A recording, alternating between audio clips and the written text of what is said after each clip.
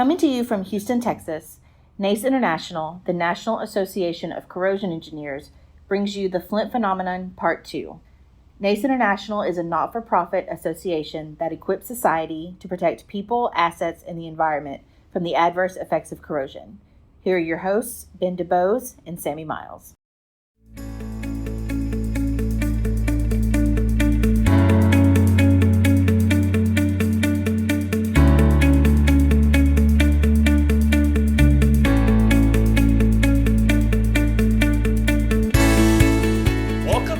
To episode 2 of the Flint Phenomenon podcast series, brought to you by Corrosion Journal. I'm Ben DuBose, staff writer with NACE Publications. And I'm Sammy Miles, the managing editor-in-chief of Corrosion Journal. We spent the first episode of our series looking back at the recent water crisis in Flint, Michigan, with two very distinguished panelists, those being Virginia Tech engineering professor Mark Edwards and Environmental Protection Agency engineer Darren Lytle. Now in episode 2, we're going to continue exploring all the lessons learned from Flint, but this time from a slightly more technical perspective. In this episode, our panelists Mark and Darren are joined by Dr. John Scully, the technical editor-in-chief for Corrosion Journal and the department chair at the University of Virginia's Center for Electrochemical Science and Engineering. Like the first episode, this discussion was also taped earlier this year at NACE's annual Corrosion Conference. Anyway, without further delay, let's play back that conversation. Here's Dr. Scully. First, thanks, Darren, and thanks, Mark, for being here. You know, the city of Chicago gets to do 50 water samples a year over the entire city just at their choice. And what do you think about some kind of online monitoring as opposed to batch monitoring? Anybody, either Mark or Darren? I am about monitoring. So, going above and beyond is a recommendation that we make to everyone, and particularly, when they know they're going to make a change to their distribution system or their source water or their treatment, whatever it may be. And so, whether it's online, certain parameters can of course be monitored online, or taking grab samples on a routine basis. And as I said, broadening out maybe what is required and doing a little bit more in the way of just getting a better feel and a better handle for what's happening in our distribution system. And again, I go back to, when a change is made, you need to be able to pick up any potential impacts, unintended consequences or what have you in the distribution system as rapidly as possible, react accordingly. So again, monitoring is the key to that. And there's monitoring of various water quality parameters and what those are, things like turbidity, let's say, and iron, and of course pH, disinfectant residual, and other things. There would be indicators of problems, but then also too monitoring of lead, and not just the required lead and copper monitoring, but other things that might be more sensitive, like the sequential profiling sampling that I mentioned earlier. And I just want to mention, though, that in terms of monitoring the actual problem, which is lead in water, that there are kind of chemical and physical barriers that are almost insurmountable. And specifically, the key issue is that you're talking about something in water at a part per billion level as a recalcitrant particle in many cases. And so you can imagine a lead phosphate piece of rust falling off a pipe, and your health concern is at 5 ppb, 10 ppb, 100 ppb. And how exactly can you detect that when it's falling off at a random or semi-random interval? And that to me seems, if we were dealing with soluble lead in water, we think we'd have a shot at that. But trying to detect 1, 2, 5, 10 ppb of a recalcitrant particle that falls off here and there, it's really a logistical and analytical nightmare. And I don't see how anyone's going to overcome that without in real time.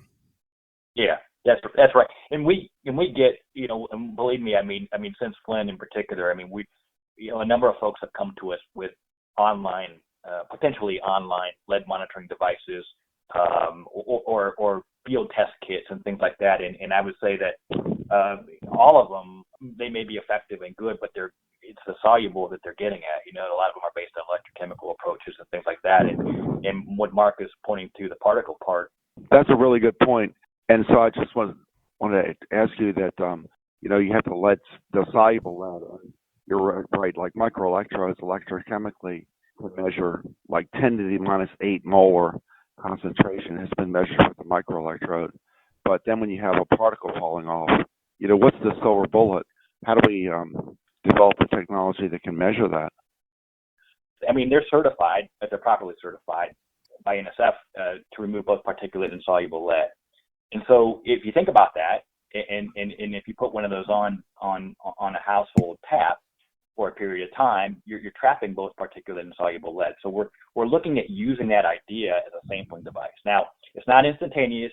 I don't know how we ever get there, but certainly over a period of time, if we put that onto a kitchen tap where people drink and cook from, that might be a better indicator, at least overall in that period of time, kind of an average lead concentration, both particulate and soluble, that's gone through the faucet. So that's the kind of thing we're kind of looking at, and we're using that as a tool for hopefully identifying lead service lines, working with our folks in Region 5 to apply it in that way, but also it's maybe a better tool for getting at maybe even exposure type sampling.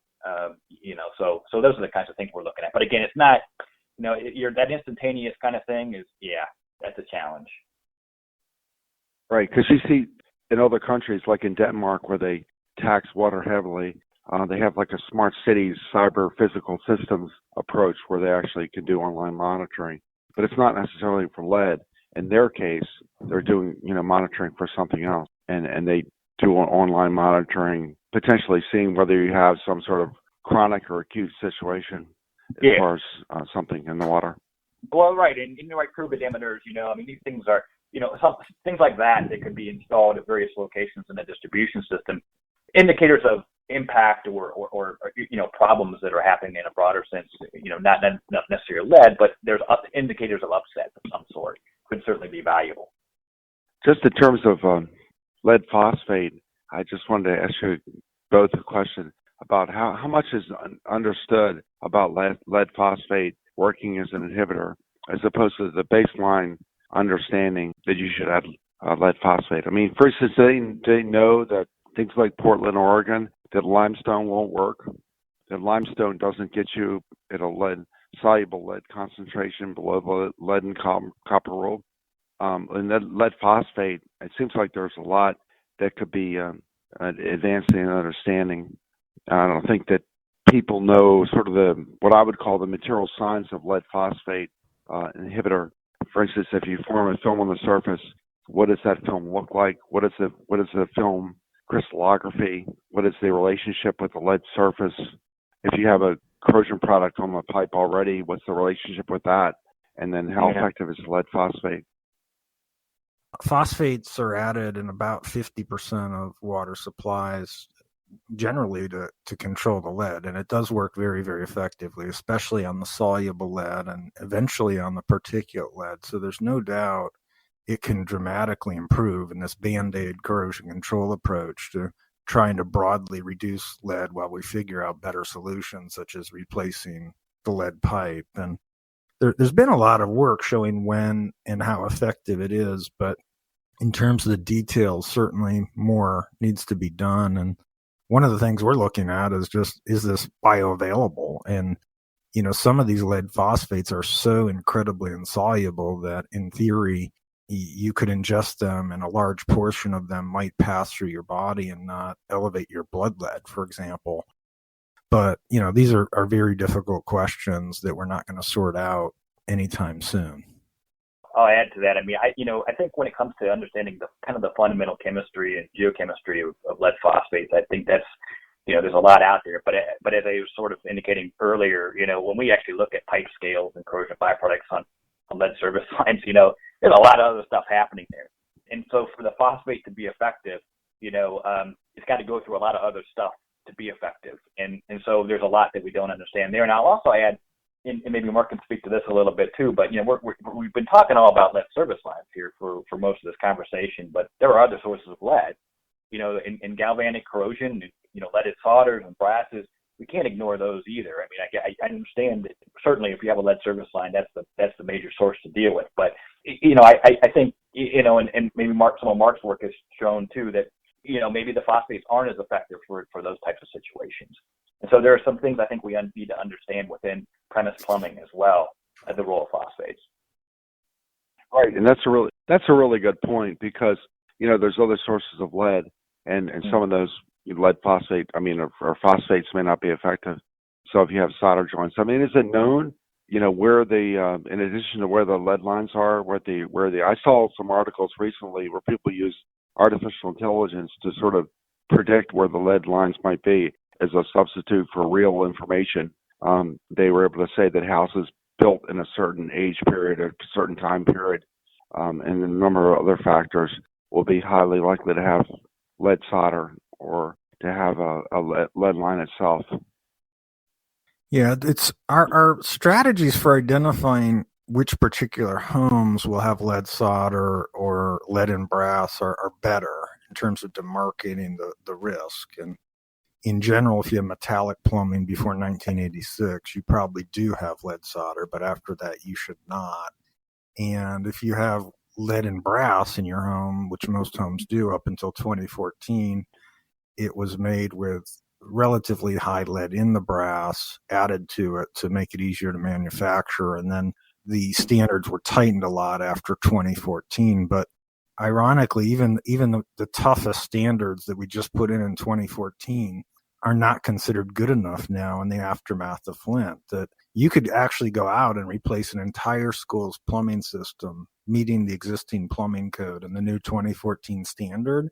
And you could not guarantee that you're meeting some of the new recommendations for lead and water, which some folks are putting at around 1 part per billion. And so it's going to create, real dilemmas because the expectations of lead and water are dropping so fast. Our plumbing code is always behind it. And I think that's a shame because if you can't fix the problem by putting in brand new plumbing to everyone's satisfaction, what then? The only option is bottled water or filters, and I don't think that's a long-term solution. So we've got so many ethical dilemmas and cost-benefit analyses coming to play here. It's really scary. But the biggest problem is the lead pipe, because that is the government-owned source, and to some extent, if it weren't for that, you could say it's the consumer's responsibility. That, like lead paint, it's in your house. You have to figure out how to deal with it on your own, and we'll help you do that. But once you have a government-owned source of lead that directly affects a product intended for human consumption, you have a responsibility to deal with that. And so for that reason, most of the attention is appropriately focused on what to do with these lead pipes. There's a sort of public policy part, the government part, and there's the scientist part, what the scientists can do. Do you see any silver bullets for that? I just see that there's a very modest amount of lead phosphate research. So let's just assume you have lead lines. What more can be done on lead phosphate research? And do you see any technological silver bullets?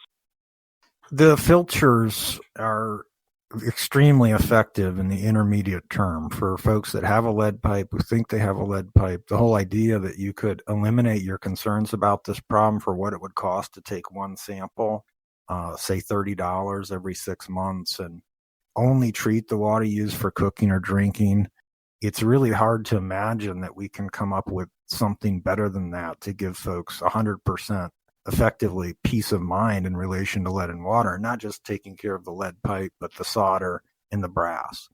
And I wish there was some other kind of silver bullet out there. I don't really like the idea of having to install these filters, but when you look at the cost benefit, it's hard to even imagine something that's more cost effective than that in the intermediate term until we can replace the lead in the plumbing.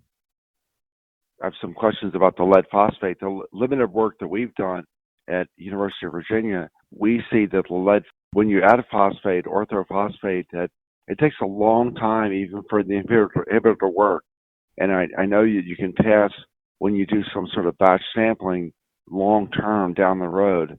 But we find just electrochemically, when we monitor this very carefully in situ, that the lead phosphate, actually, we're shocked. It takes a long time to work. So just in contrast, when you look at something like chromate inhibitor, which is used in aircraft, it works literally on cracks in microseconds, whereas the lead phosphate film, we found, takes months to build up.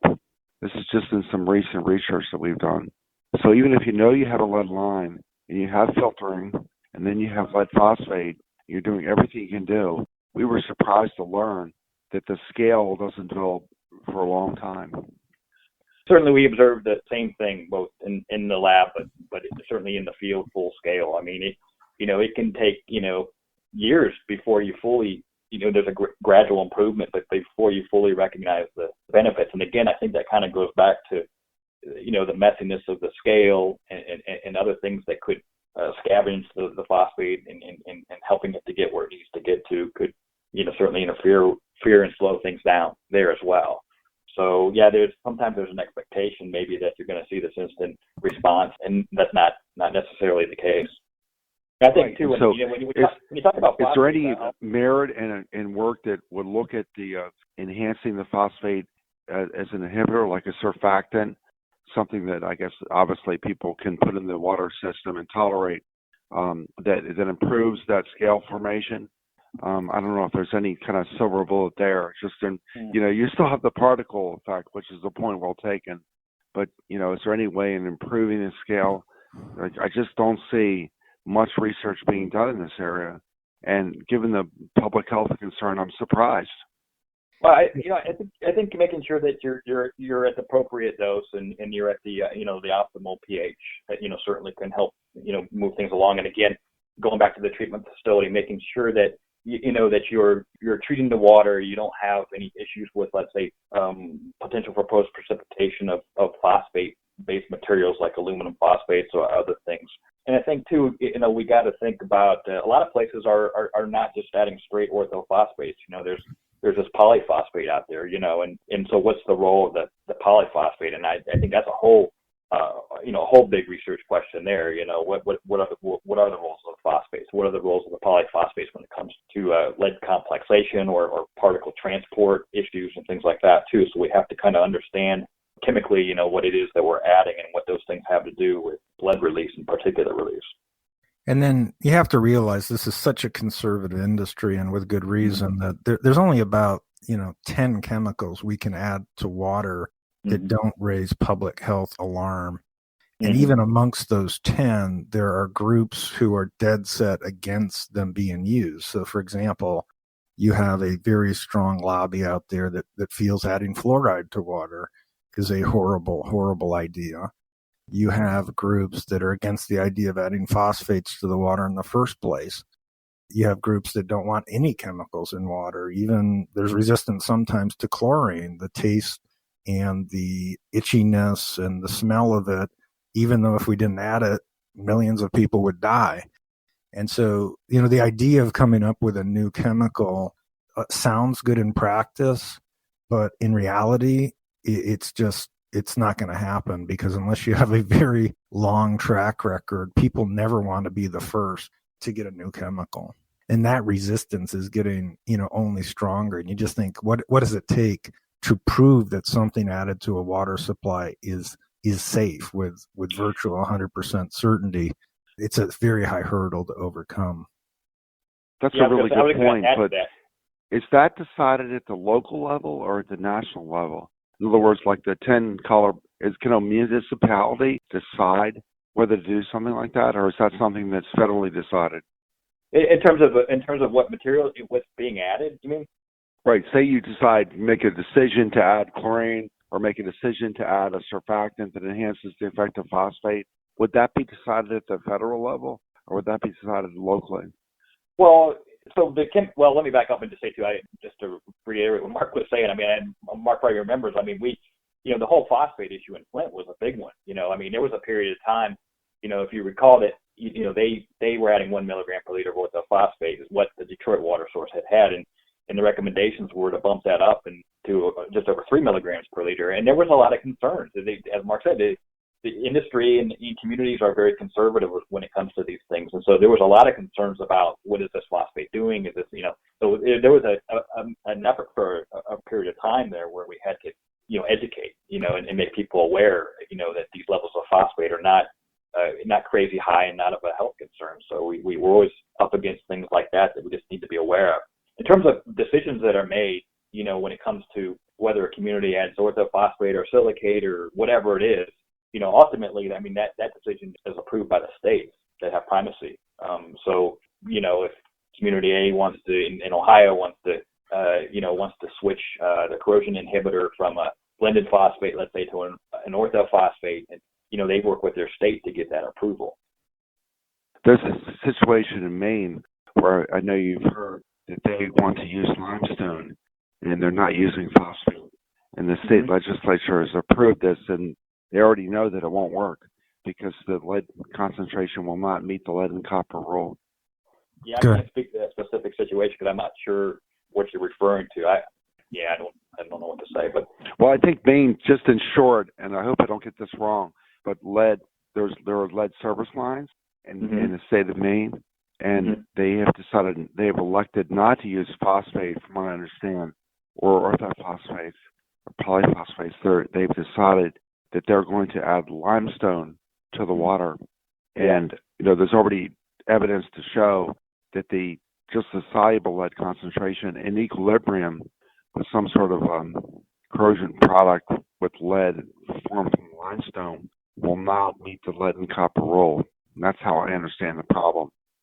Well, I mean, I would certainly agree that pH adjustment, if you look at lead solubility, you're going to be able to get much lower in lead if you're adding, an orthophosphate as opposed to trying to manage things with pH adjustment. But, the key, I think, there too is understanding what materials there are in a distribution system. I think if you have lead service lines, it's one thing, but if you don't have lead service lines in that community, and certainly we've seen people with success by raising the pH, that when a source of lead isn't that service line, but rather the components, in the solder or in the brasses, we've certainly seen people with success with pH adjustment, in managing those situations. So, yeah, I think that the materials inventory is kind of important. And again, going back to extra monitoring and things like that to make sure that that's the best approach. So I have a question for the group. Are there any other cities currently experiencing similar problems to Flint? And do you think that there'll be a few more? We touched on this a little bit earlier, but are there any specifics that are currently having this problem or are trying to figure out how they're going to prevent it in the next 5 years? Well, there are literally hundreds of systems that are failing to meet the lead action level around the country. Generally, they're not the larger cities, but we still have, for example, Portland, Oregon, who's chronically exceeded the lead and copper rule by failing to implement appropriate corrosion control. In the aftermath of Flint, the only thing that we discovered about Flint that was unusual is that the problem got discovered and it grew into this national and international media sensation. Obviously, that has to do with the political sort of decisions that were made, the fact that this is the poorest city in America, that it was being run by the government under a bankruptcy situation. And for all those reasons, it did deserve to get the coverage. But what happened there is really not atypical, except for the fact that the system was being run by the state, that federal law was being broken in terms of there literally was not a corrosion control plan in place. And then you had the additional malfeasance wherein once the problem was discovered by residents and an EPA employee, that appropriate steps were not taken quickly enough to satisfy anyone. So talking about Flint, what still needs to be addressed in the city? How are things doing now? Well, EPA has implemented probably amongst the best corrosion control programs in the United States.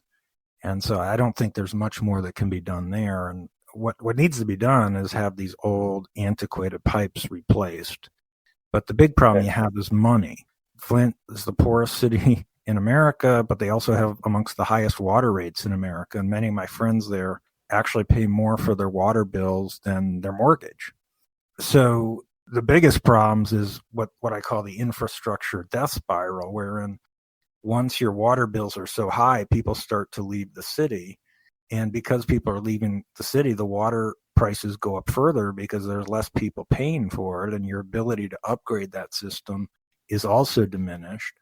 And so Flint is still in the midst of a water infrastructure crisis, like thousands of towns around America who simply can't afford to maintain their existing system, much less improve it. So even though, the lead situation is now returned to a normal level where there's now 70 cities in Michigan that have more lead in water than Flint, you still have the problem with very high water bills, no ability to upgrade their infrastructure, and a complete and total loss of trust in the water system. And that many residents are still using bottled water, not just for drinking, but also for bathing, because they are so afraid that what happened before might happen again, and they're just not going to take that risk. Yeah, that's a pretty daunting situation because 70% of American cities, kind of overall, I understand, have lead service lines. Are there any other solutions? Like, for instance, just if you had the Department of Defense developed a corrosion simulator, and so people could play this game and see what the outcome would be of certain choices. And this was a user game that would be something that could inform people, assuming you didn't have malfeasance like you had in Flint, Michigan.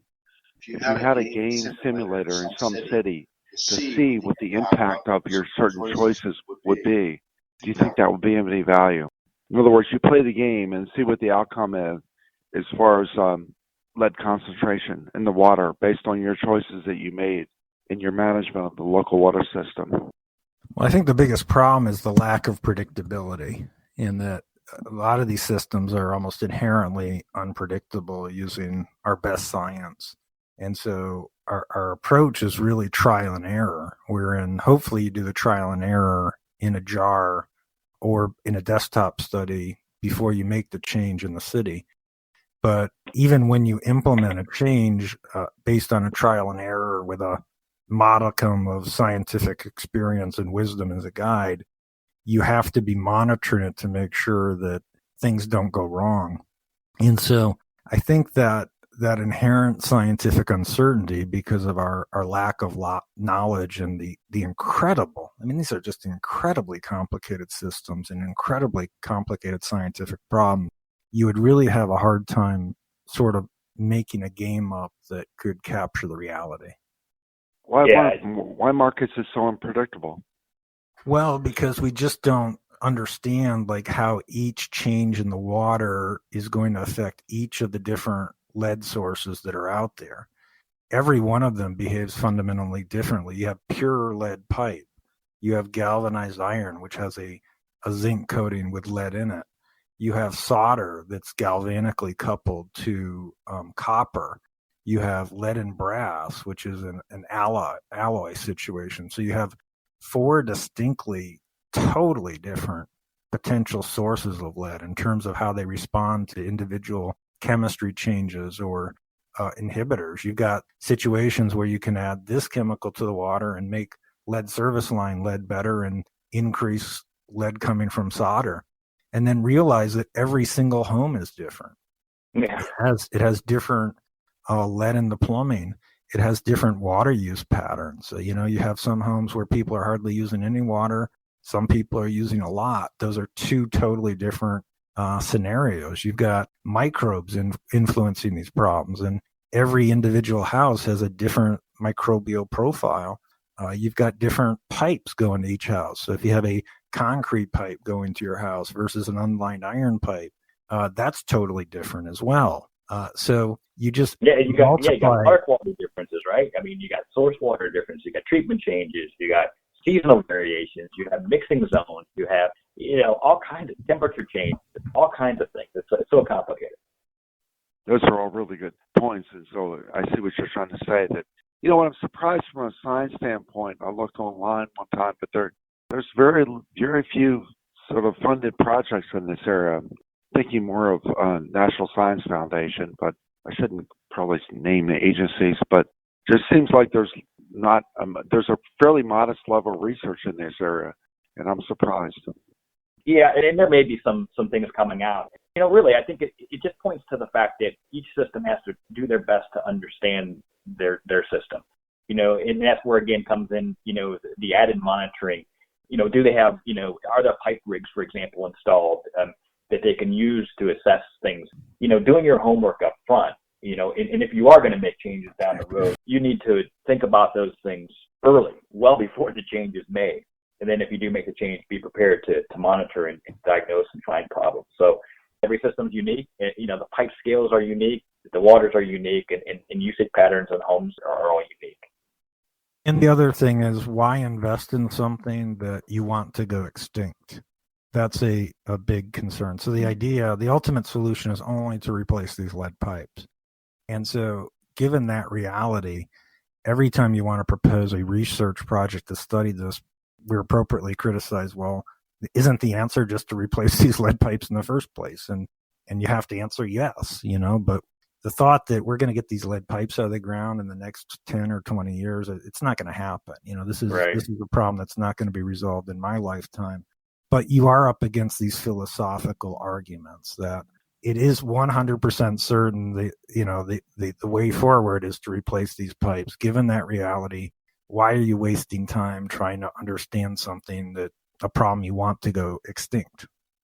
Right, and that's a really good point. I would just say that there are parallels to other situations. Like I can say an aging aircraft, for instance, or there are materials that are not immune to cracking.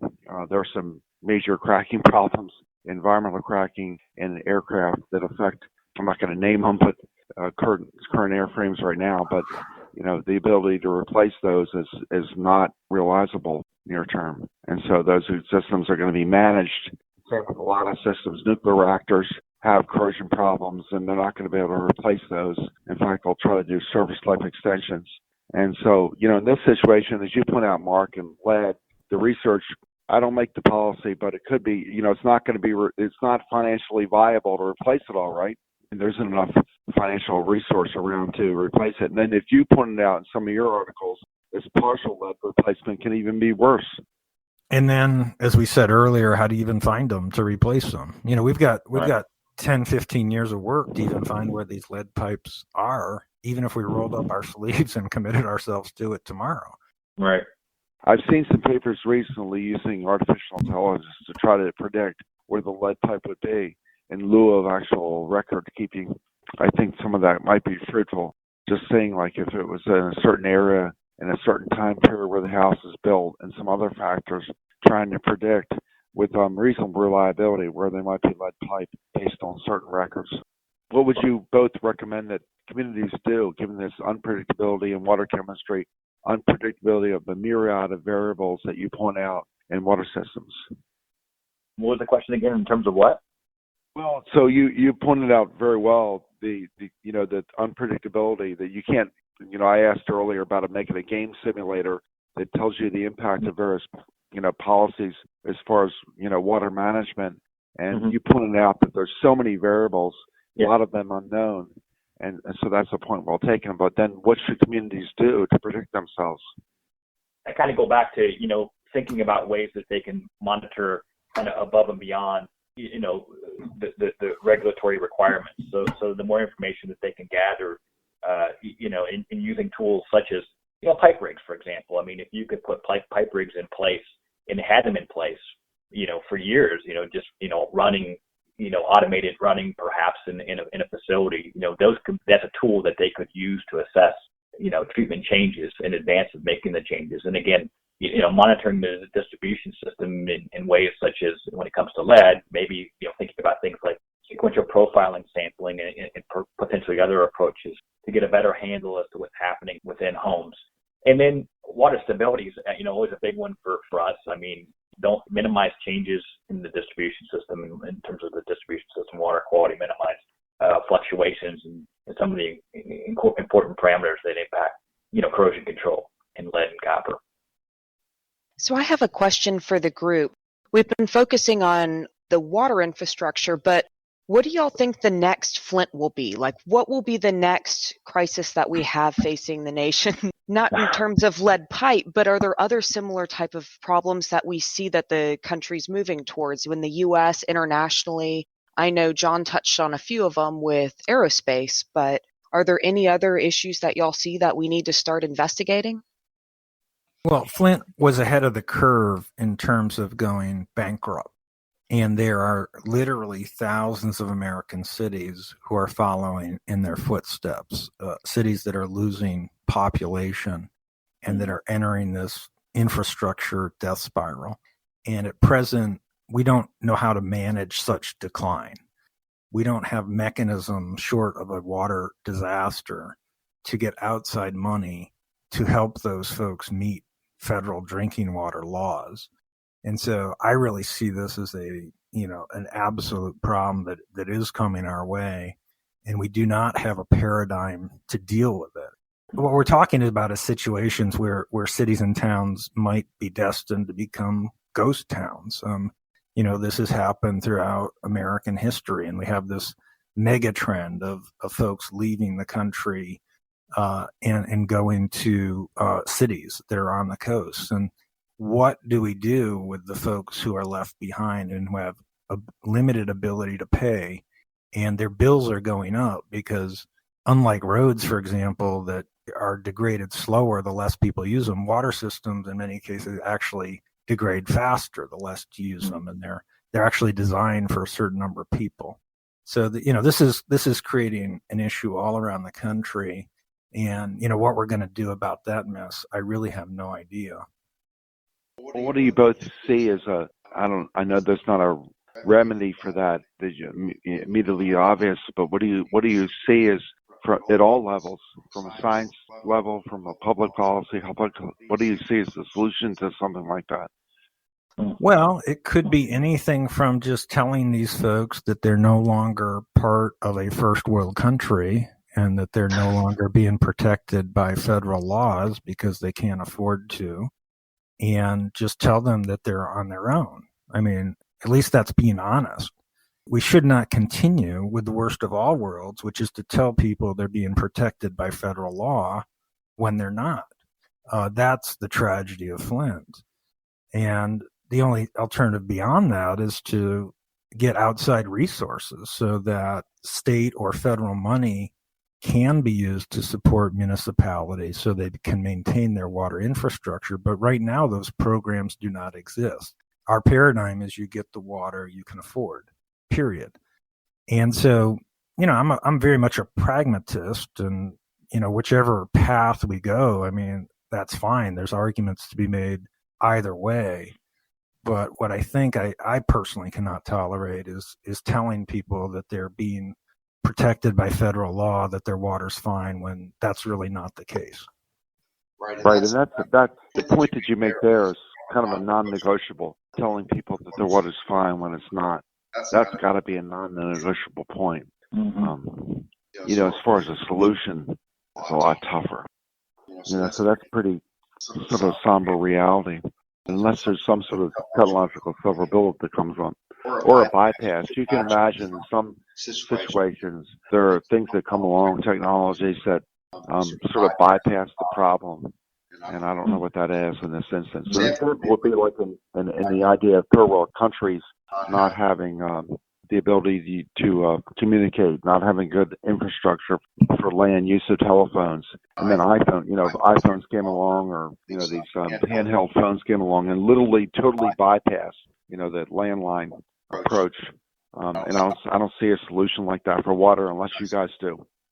Well, in terms of water quality, we have it. We're not willing to adopt it, though, because we can't admit the reality. But, you can have centralized points where there's pickup points in town where the water's treated in an enhanced way to make it suitable for drinking and cooking.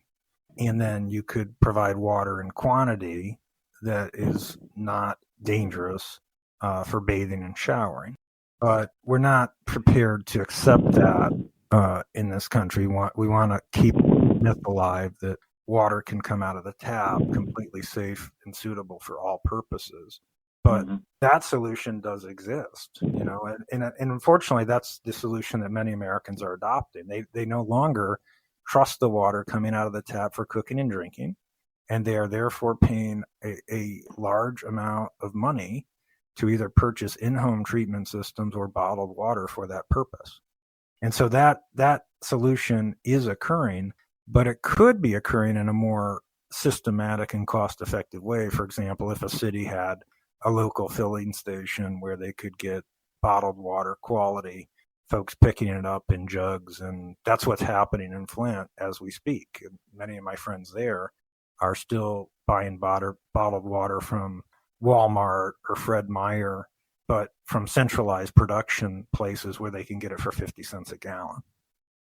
Yeah, this is an interesting conversation. It's a little, beyond what the kinds of things we're thinking about, but I certainly put in the conversation where this information and discussions were being had. I mean, we know, we treat our water, we can treat our water to a very high level, but, when it enters that old aging infrastructure system, things can happen, and, corrosion and things accumulate in our distribution system that can be released back to the water. So that's a huge, huge challenge. I can recall, some conversations people talked about, like Mark was saying, fill up stations, or even like the old, when I was a kid, the milkman would come to the house, once a week and leave milk in the front. Is that going to be water in the future? I don't know, but it's just an interesting, and big issue, certainly, that we need to think about. Right. It's not necessarily unattainable. When I lived in the Southwest, and it's an interesting thing versus living in Virginia, the water community invested in water and paid a homeowner's fee to have a water tank, and I lived in New Mexico. And so it's more along the lines of what Mark's saying. You didn't expect water out of the tap, because you're just readily available for all purposes that you might be interested in as a homeowner. And so it's a little bit of a different paradigm. Maintaining as a community, everyone was invested in having this water tank. And that's sort of a different approach to the idea of water's free and it's available from the tap. But it's alive and well as a strategy in the Southwest for other reasons. Mm-hmm. Good conversation there between our three panelists. Again, that's Dr. John Scully of Corrosion Journal and the University of Virginia, engineering professor Mark Edwards of Virginia Tech, and EPA engineer Darren Lytle. We thank them for their time, and we also thank you for listening. We appreciate you for checking out our new podcast series, and if you haven't subscribed yet, please do. More episodes are planned in the weeks and months ahead. For now, though, this is where we will leave things. Once again, thanks for joining us, and please come back soon for more episodes in our brand new NACE podcast series.